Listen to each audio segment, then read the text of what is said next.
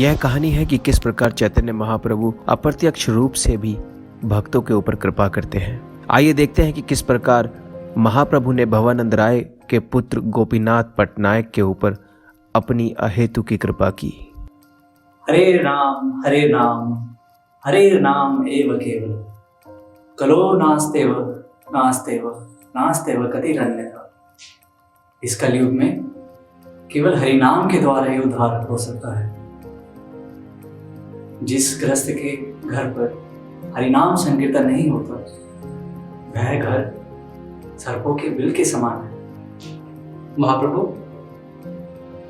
शास्त्रों में हरिनाम की इतनी ज्यादा महिमा बताई हुई है और आपने भी हमें हरिनाम की महिमा का इतना ज्ञान दिया है। उसके बावजूद भी क्यों जीव की उसमें आसक्ति नहीं है और वो भौतिक वृत्ति में लगा है, ऐसा क्यों? जीव अपना संबंध भगवान कृष्ण से भूले बैठा है और इस हरिनाम के कीर्तन द्वारा वह इस संबंध को द्वारा पुनः जागृत कर सकता है। मैं गोपीनाथ पटनायक का मित्र हूँ। चैतन्य महाप्रभु भक्तों के साथ हरि नाम की चर्चा कर रहे थे। चांग का भयानक दृश्य देखकर मुझसे रहा नहीं गया और मैं गोपीनाथ पटनायक की रक्षा के लिए चैतन्य महाप्रभु के पास भागा।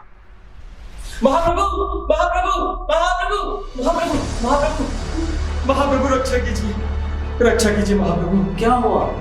तुम इतने डरे हुए क्यों हो? महाप्रभु, जो मैंने देखा उसे देखकर मेरी आंखें दंग रह गई महाप्रभु। शीघ्र बताओ, तुमने क्या देखा?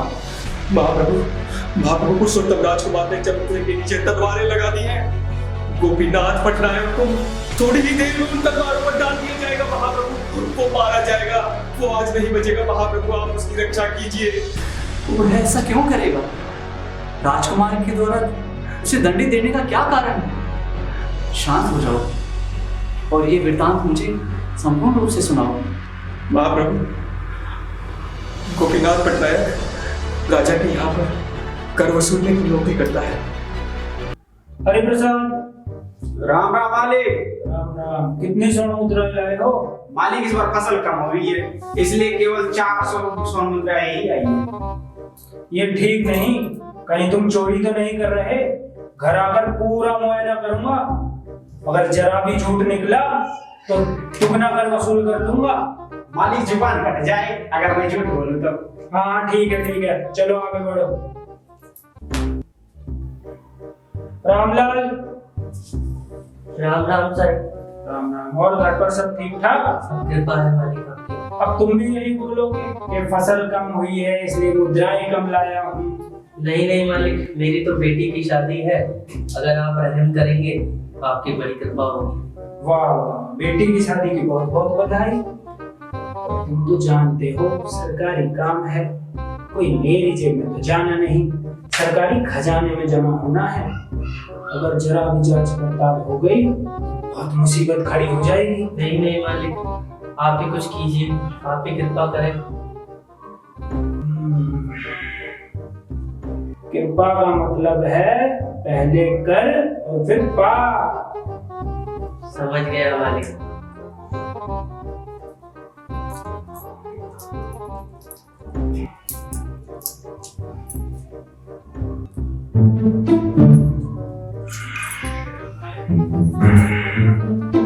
ठीक है, पूरी जांच करनी पड़ेगी, ऐसे ही नहीं होता कोई काम।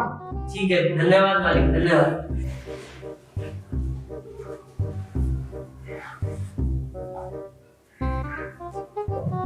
सरकारी खजाने का कुछ आनंद मैं भी तो ले लूं।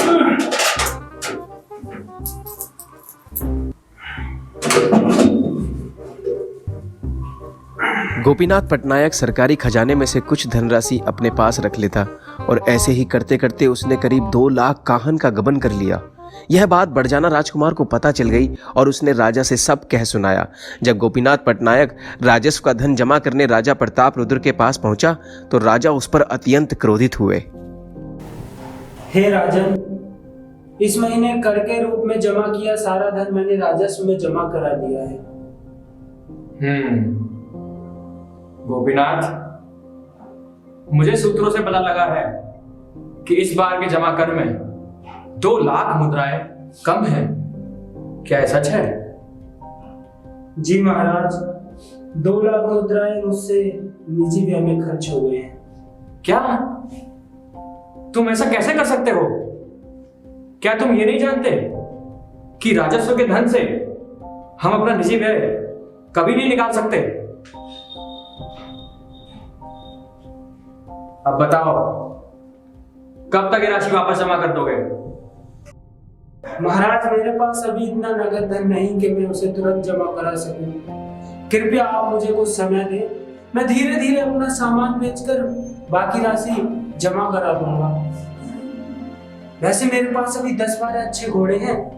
अगर आप उन्हें उचित मूल्य पर ले लें तो बाकी की शेष राशि मैं धीरे धीरे जमा करा दूंगा महाराज। मंजूर है।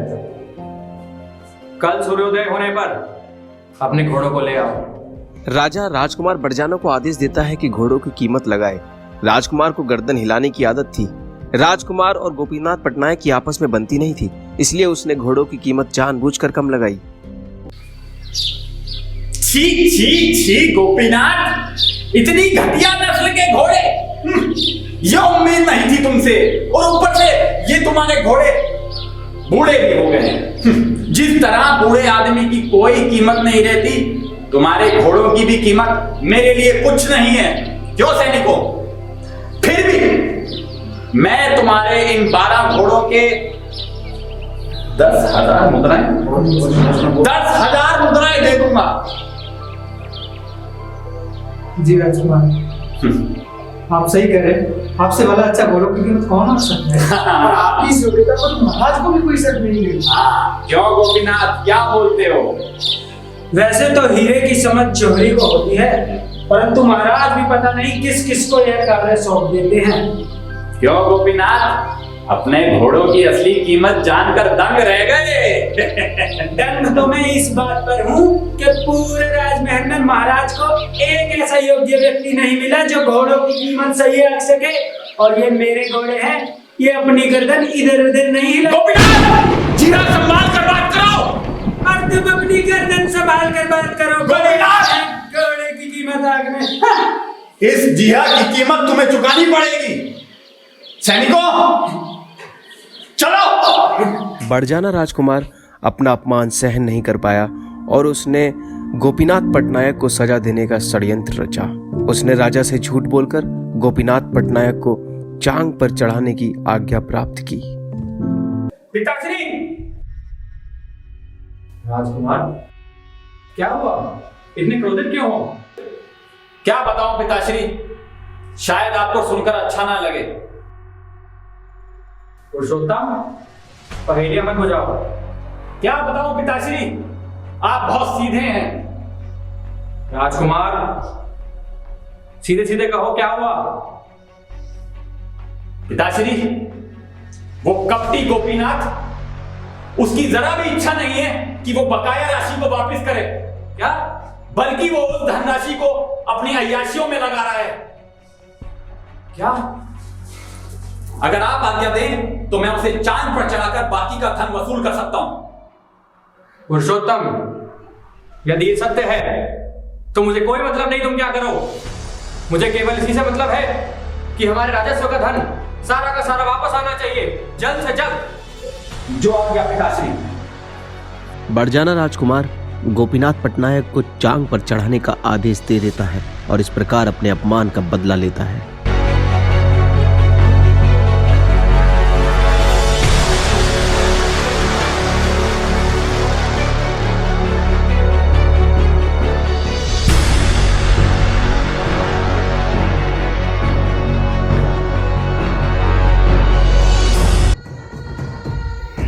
क्यों गोपीनाथ, निकल गई सारी हेकड़ी। क्या कहा था? असली जौहरी कौन है पता चला? क्यों सैनिकों, क्या कहा था इसने? ये घोड़े की कीमत आंकनी नहीं आती, तेरी आंकनी नहीं आती। गोपीनाथ, बस थोड़ी देर और सांस ले लो, बाद में तो सांस लेना भी नसीब नहीं होगा।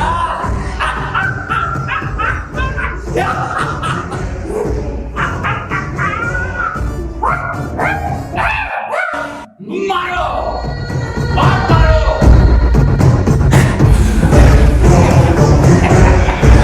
रामानंद राय के परिवार के सारे सदस्य आपके सनातन सेवक हैं महाप्रभु।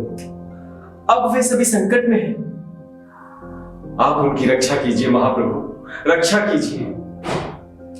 गोपीनाथ पटनायक राजा का धन नहीं लौटाना चाहता और राजा के दंडित करने पर उसमें क्या दोष है? उसने धन का व्यर्थ उपयोग किया है।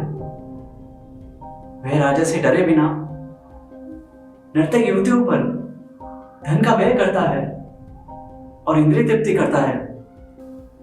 यदि कोई चाहे तो सरकार की नौकरी करे और सरकार के चुकता करने के बाद जो उसे वेतन मिलता है उस धन का उपयोग करे। मैं तो एक भिक्षु सन्यासी हूं, मैं क्या कर सकता हूं? क्षमा करें महाप्रभु, केवल आप ही उनके तारणहार हैं। इस दुख से आप ही उन्हें निकाल सकते हैं।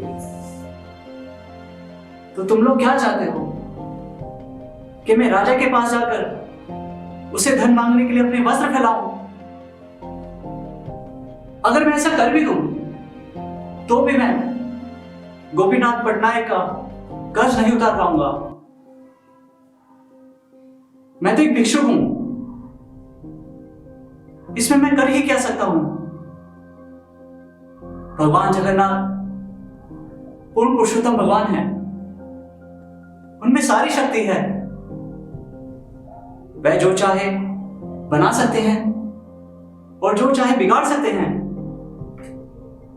इसलिए तुम्हें उनकी शरण में जाना चाहिए। महाप्रभु का अवतार पतितों का उद्धार करने के लिए हुआ है। वे प्रत्यक्ष तथा अप्रत्यक्ष रूप से सभी का उद्धार करते हैं। जैसे ही उन्होंने मुझसे जगन्नाथ जी के पास जाकर प्रार्थना करने का आदेश दिया, वैसे ही एक जासूस ने राजा प्रताप रुद्र को राजकुमार के गलत मंसूबों का खुलासा कर दिया। महाराज की जय हो, महाराज की जय हो। महाराज आओ हरिचंदन आओ। तुम इतने घबराए हुए क्यों हो? क्या समाचार लाए हो? गोपीनाथ पटनायक आपका आज्ञाकारी सेवक है महाराज, और एक सेवक को प्राणदंड देना उचित आचरण नहीं। प्राणदंड? कैसी व्यर्थ की बातें कर रहे हो तुम? अरे उसका इतना ही दोष है महाराज कि उस पर सरकार का कुछ बकाया है, किंतु यदि उसे मार डाला जाता है तो इससे क्या लाभ? सरकार तो घाटे में ही रहेगी, क्योंकि तब उससे कुछ भी धनराशि प्राप्त नहीं कर सकेंगे। अच्छा होगा कि उसके घोड़ों को उचित मूल्य पर ले लिया जाए और शेष राशि धीरे धीरे चुकता करने को दिया जाए। भला व्यर्थ में प्राणदंड क्यों दे रहे हैं? मुझे किसी प्राणदंड के बारे में नहीं पता। अरे मुझे उसके प्राणों से क्या करना है? मुझे तो केवल उससे धन चाहिए। तुम शीघ्र ही राजकुमार के पास जाओ और उसे बताओ कि मेरी इच्छा क्या है। मैं ये चाहता हूं कि केवल उससे धन लिया जाए, उसके प्राण नहीं। शीघ्र जाओ। ठहरो ठहरो, कौन है जो मेरे काम के बीच आ रहा है? कौन है? सामने आओ। तुम ऐसा नहीं कर सकते। क्यों? किसका आदेश है? तुम ऐसा नहीं कर सकते राजकुमार। गोपीनाथ पटनायक को प्राणदंड नहीं दे सकते, यह राजा का आदेश है। राजा की इच्छा है कि उन्हें धन चाहिए, प्राण नहीं। इनके घोड़े उचित मूल्य पर ले लो और बाकी धनराशि धीरे धीरे चुकता करने का वचन ले लो। सरकार ने उचित मूल्य पर गोपीनाथ पटनायक के सारे घोड़े ले लिए और शेष राशि चुकाने के लिए समय निर्धारित कर दिया गया। गोपीनाथ को मुक्त कर दिया गया। इस प्रकार महाप्रभु ने गोपीनाथ पटनायक की अप्रत्यक्ष रूप से जान बचाई, किंतु वे इस बात से बड़े दुखी थे कि लोग भौतिक समस्याओं को सुलझाने के लिए उनके पास आते थे। उन्होंने अपना यह दुख काशी मिश्र को कह सुनाया। हे काशी मिश्र, अब मैं यहाँ और नहीं ठहर सकता। यहाँ अनेक प्रकार के उपद्रव होते रहते हैं और मैं तनिक भी विश्राम नहीं कर पाता। रामानंद राय के परिवार के सभी सदस्य सरकार की नौकरी में लगे हुए हैं और वह उस धन का व्यय अलग अलग प्रकार से करते हैं और जब वह उस धन का चुकता नहीं कर पाते तो उसे छुड़वाने के लिए मेरे पास आते हैं। मैं एक वैरागी सन्यासी के रूप में एकांत स्थान में रहना चाहता हूं और जब भौतिकतावादी व्यक्ति के कार्य के विषय में सुनता हूं तो मेरा मन शुद्ध हो जाता है। मैं यहां नहीं रहना चाहता और बार बार मेरे मन के शुद्ध होने की और आवश्यकता नहीं है। गोपीनाथ भी एक आपका भक्त है महाप्रभु, जिसने अपने प्राणों की रक्षा के लिए किसी व्यक्ति को आपके पास नहीं भेजा था, लेकिन वह किसी भौतिक लाभ की इच्छा के लिए आपके पास नहीं आया था। कृपया महाप्रभु आप यहाँ से मत जाइए। आज से आपके पास कोई भी व्यक्ति भौतिक लाभ की इच्छा के लिए नहीं आएगा महाप्रभु। काशी मिश्र के इस तरह समझाने पर चैतन्य महाप्रभु जगन्नाथपुरी में ठहरे रहे। चैतन्य महाप्रभु को समझाकर काशी मिश्र घर लौटते हैं। तभी राजा प्रताप रुद्र उनके चरण दबाने वहां पहुंचते हैं और वे महाप्रभु की जगन्नाथपुरी छोड़ने की बात बताते हैं। राजन, कैसा चल रहा है तुम्हारा साम्राज्य? प्रभु, आपकी कृपा से सब कुशल मंगल है। चैतन्य महाप्रभु जगन्नाथपुरी छोड़कर अलारनाथ जाना चाहते हैं। क्या महाप्रभु ऐसा क्यों करना चाहते हैं प्रभु? काशी मिश्र ने सारी घटना राजा प्रताप रुद्र को कह सुनाई और इसका कारण बता दिया कि चैतन्य महाप्रभु क्यों जाना चाहते हैं। यह सुनकर राजा बड़े दुखी हुए और उन्होंने कहा, नहीं नहीं, कृपया आप उन्हें यहीं रोक लीजिए। अरे मुझे ये 2 लाख मुद्राओं की कोई परवाह नहीं है। ये तो उनके सामने कुछ भी नहीं है, बहुत छोटी सी रकम है। मैं तो अपने प्राण एवं अपना राज्य राजस्व समेत उनके चरणों में अर्पित कर दूंगा। कृपया उन्हें रोक लीजिए। मैं प्रयास करता हूँ महाप्रभु को रोकने का। काशी मिश्र को नमस्कार करके राजा अपने महल को चला गया और उसने गोपीनाथ को अपने महल बुलवाया और उससे ये कहा, गोपीनाथ, तुम जाओ। तुम्हें राजकोष के ऋण से मुक्त किया जाता है और पुनः माल जाटे दंडपाठ नामक स्थान को वसूली के लिए दिया जाता है। लेकिन तुम ध्यान रखना कि यह गलती दोबारा नहीं होनी चाहिए। यदि तुम्हें ऐसा लगता है कि तुम्हारा वेतन अपर्याप्त है तो हम शीघ्र ही उसे दोगुना कर देंगे, लेकिन ऐसी गलती दोबारा मत करना।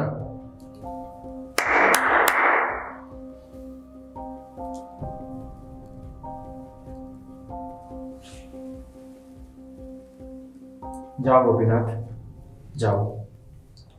हे राजन, मैं बहुत शर्मिंदा हूँ। मैंने आपके प्रति इतना अपराध किया और आपने मुझे ये पारितोषिक देकर सम्मानित किया। मुझे क्षमा करना महाराज। जाओ गोपीनाथ, जाओ। तुम महाप्रभु के पास जाना और उनसे आज्ञा लेकर अपने घर लौट जाना और कल से ही सरकारी काम दोबारा संभाल लेना। जो आज्ञा महाराज। राजा कभी नहीं चाहता था कि चैतन्य महाप्रभु जगन्नाथपुरी छोड़कर जाएं। इसलिए उसने गोपीनाथ पटनायक का सारा कर्ज माफ कर दिया और उसका वेतन बढ़ा दिया। गोपीनाथ पटनायक को बहुत पछतावा हुआ और वह अपनी गलती का पश्चाताप करने के लिए चैतन्य महाप्रभु के पास पहुंचा। महाप्रभु, आपके चरण कमलों का ध्यान करने का यह फल नहीं महाप्रभु। भौतिक ऐश्वर्य तो नश्वर है महाप्रभु, असली फल तो मेरे भाइयों को मिला है महाप्रभु, जिन्हें आपने भौतिक ऐश्वर्य से गिरफ्त कर दिया महाप्रभु। मुझ पर भी आप ऐसी कृपा करें महाप्रभु कि मैं भी भौतिक ऐश्वर्य से गिरफ्त हो जाऊं और आपकी सेवा कर सकूं महाप्रभु, आपकी सेवा कर सकूं। मुझ पर अपनी ऐसी कृपा कीजिए महाप्रभु, ऐसी कृपा कीजिए। गोपीनाथ,